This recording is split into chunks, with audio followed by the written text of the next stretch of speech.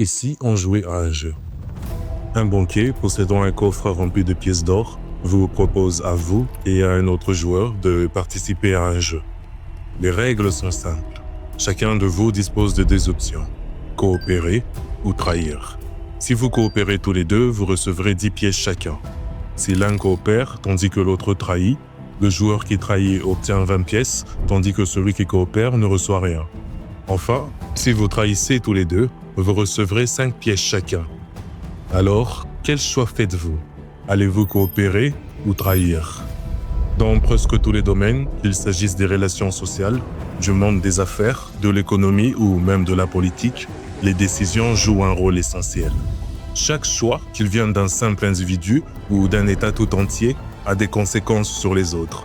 Savoir prendre les meilleures décisions peut parfois faire la différence entre la vie et la mort, la paix et la guerre, la prospérité et l'effondrement. Mais grâce à la théorie des jeux, les chercheurs ont mis en évidence une stratégie étonnamment simple et redoutablement efficace dans de nombreuses situations.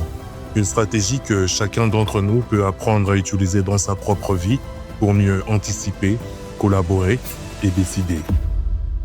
Mais avant d'aller plus loin, commençons par définir ce qu'est un jeu. Alors, qu'est-ce qu'un jeu? La question peut sembler banale et pourtant, dans le cadre de la théorie des jeux, ce mot prend un sens un peu différent de ce qu'on imagine d'habitude. Dans ce contexte, le terme « jeu » désigne toute situation d'interaction où il y a au moins deux agents rationnels qu'on appelle des joueurs. Le résultat de chacun dépend non seulement de ses propres choix, mais aussi de ceux des autres, et où les joueurs peuvent avoir des intérêts divergents ou partiellement communs, ce qui les pousse à anticiper les décisions des autres pour maximiser leur avantage. En tenant compte de cette définition, réfléchissons ensemble à la question suivante. Dans laquelle de ces situations la théorie des jeux ne peut pas être appliquée? Aux échecs, à Tetris, au poker, à la concurrence entre Samsung et Apple? La bonne réponse est Tetris, parce que dans Tetris, il n'y a qu'un seul joueur. Or, la théorie des jeux s'intéresse avant tout aux interactions stratégiques entre plusieurs acteurs. S'il n'y a pas d'interaction, il n'y a pas de jeu au sens de la théorie des jeux. Bien, maintenant que tout est clair, revenons à notre jeu. Supposons que votre adversaire décide de coopérer. Vous pouvez alors coopérer vous aussi et recevoir 10 pièces, ou bien trahir et obtenir 20 pièces. Dans ce cas, il semble donc plus avantageux de trahir. Mais que se passe-t-il si votre adversaire décide de trahir?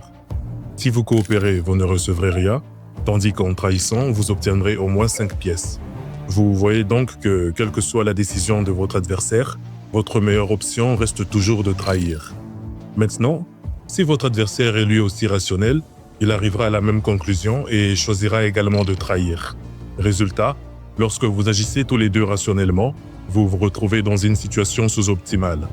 Vous ne recevez que 5 pièces chacun, alors que vous auriez pu en obtenir 10 en coopérant. Ce jeu s'inspire d'une expérience de pensée célèbre en théorie des jeux appelée le dilemme du prisonnier.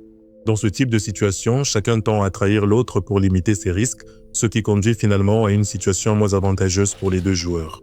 Ce dilemme est encore plus fascinant qu'il n'est paraît, parce qu'on le retrouve dans de nombreuses situations de la vie quotidienne. Prenons un exemple simple. Imaginez que vous venez d'emménager avec un colocataire. Afin de garder une organisation équitable, vous établissez ensemble un planning des tâches. Vous décidez que chacun fera la vaisselle une fois par semaine. Vous le dimanche et lui le mercredi. Au début, tout se déroule parfaitement, puis un mercredi, en rentrant du travail, vous découvrez une pile de vaisselle sale. Vous ne dites rien, vous pensez que c'est une exception et que votre colocataire s'en occupera le lendemain. Mais lorsqu'arrive le dimanche, la pile a doublé. Pour maintenir le planning, vous vous en chargez. La semaine suivante, il fait la vaisselle comme prévu. Tout semble rentrer dans l'ordre jusqu'au mercredi suivant où l'évier est à nouveau plat. Il vous assure qu'il s'en occupera, mais le lendemain, rien n'a changé. Dimanche arrive, la pile est énorme et vous vous demandez « Faut-il la laver encore une fois ou laisser la situation empirer jusqu'à ce que l'autre réagisse ?» Si vous ne faites rien et que lui non plus, la cuisine restera en désordre. Et le truc, c'est que dans la vie réelle, ce dilemme du prisonnier ne se limite pas toujours à une seule partie.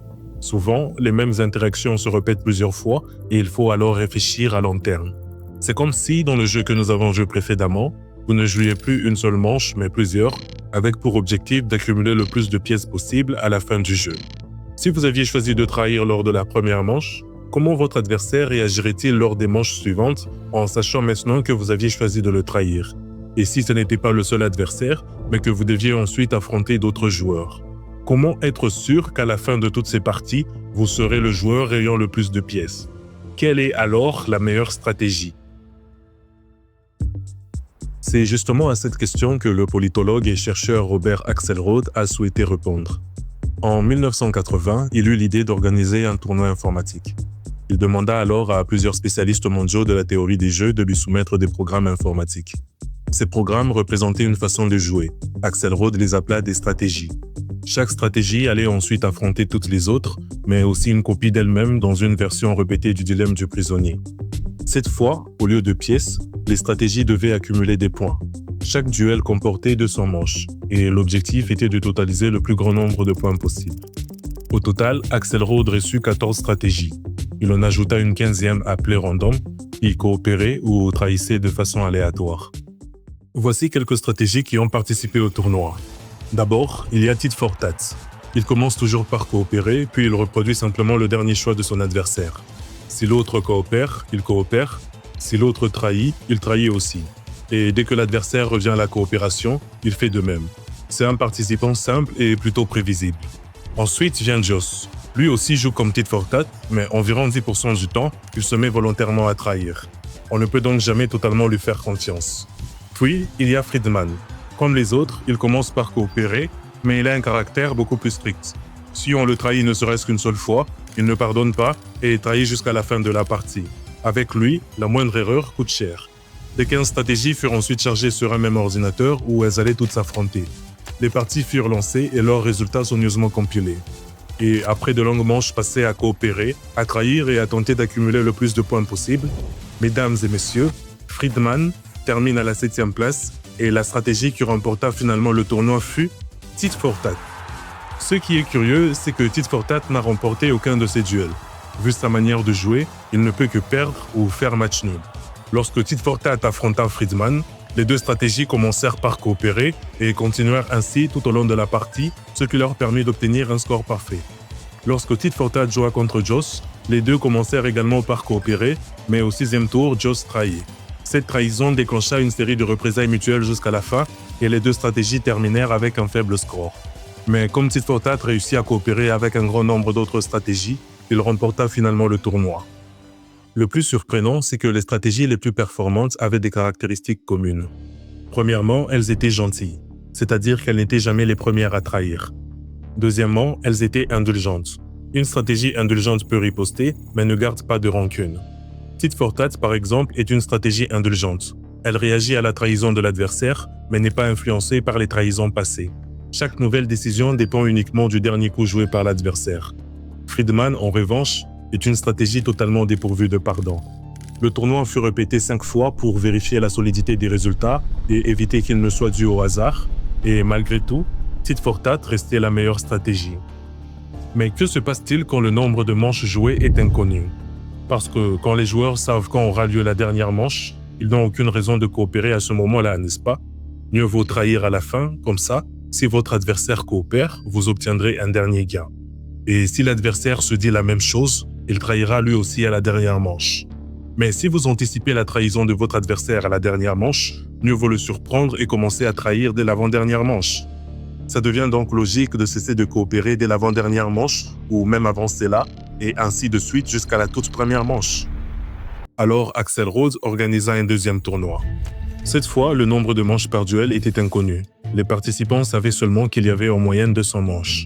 L'incertitude incitait donc les stratégies à continuer de coopérer parce que la partie pouvait durer plus longtemps que prévu et mieux vaut garder l'adversaire de son côté pour pouvoir accumuler plus de points. Pour ce deuxième tournoi, il y avait au total 63 stratégies différentes. Et vu que les spécialistes ayant proposé les stratégies connaissaient désormais les résultats et les analyses du premier tournoi, deux camps se sont formés. Le premier estimait que la gentillesse et le pardon étaient clairement les stratégies gagnantes. Leurs auteurs ont donc soumis des stratégies de ce type. Le deuxième groupe, au contraire, se dit « Puisque les autres vont être gentils et indulgents, pourquoi ne pas en profiter ?» Il tenta donc de tirer parti de cette bienveillance en soumettant des stratégies plus agressives. Parmi elles figurait une stratégie appelée testeur. Testeur commence par trahir de le premier coup pour observer la réaction de son adversaire. Si celui-ci riposte à la manche suivante, Testeur s'excuse et joue le reste de la partie comme tit for tat. Si au contraire l'adversaire ne réagit pas, Testeur continue à trahir une fois sur deux pendant la partie. Mais encore une fois, tit for tat s'imposa comme la stratégie la plus efficace et l'agressivité ne paya pas. Après le deuxième tournoi, Axelrod identifia d'autres qualités qui distinguaient les stratégies les plus performantes. Être capable de riposter. Si votre adversaire trahit, vous devez réagir immédiatement pour ne pas vous laisser exploiter. Tit for tat est difficile à exploiter ou à manipuler parce qu'il punit immédiatement toute trahison. Et la quatrième qualité est la clarté. Les programmes trop complexes ou imprévisibles, semblables à des programmes aléatoires, n'inspiraient pas confiance. Les autres stratégies ne pouvaient pas comprendre leur comportement, ce qui rendait impossible l'établissement d'une relation de coopération. Mais aussi intéressante qu'elle soit, la théorie des jeux ne peut analyser que des situations simples avec des règles bien définies. Les programmes et simulations ne peuvent jamais reproduire ni évaluer pleinement l'ampleur et la complexité des interactions réelles. Chaque interaction ou chaque jeu n'a pas toujours pour objectif de gagner et de battre l'adversaire. Dans des jeux comme les échecs ou le poker, c'est vrai, le gain de l'un correspond forcément à la perte de l'autre. Mais dans la vie réelle, ce n'est pas toujours le cas. La coopération peut être rentable, même entre rivaux. Nous participons tous constamment à ce jeu. Il est pratiquement impossible d'y échapper, car nos vies sont sans cesse influencées par des actions et des décisions. Access granted.